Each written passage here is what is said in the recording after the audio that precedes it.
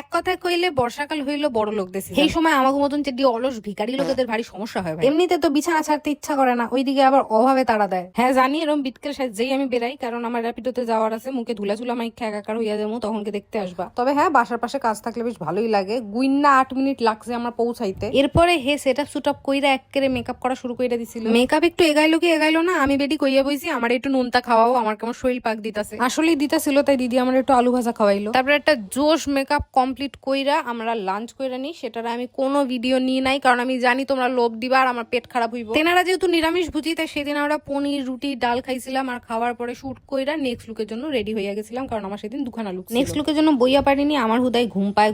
তবে এই লুকটা যা স্পিরিটে শেষ হইছে মা তারা, হগলে যা স্পিরিট দেখাইছে। তবে এই লুকটাও অনেক জোশ একটা লুক হয়েছে, আমার খুব পছন্দ হয় এই ধরনের লুকগুলা। আর সেদিন বাসায় ফিরতেও খানিক রাত হইয়া গেছিল, তাই গিয়াই ঘুমায় পড়ছিলাম। হেরির আর ভিডিও করি নাই, হেরি আর দেখুন লাগবো না। এবার আসি, আর তোমরা এবার ফোনটা রাখো, অনেকক্ষণ ফোন ঘাটছো।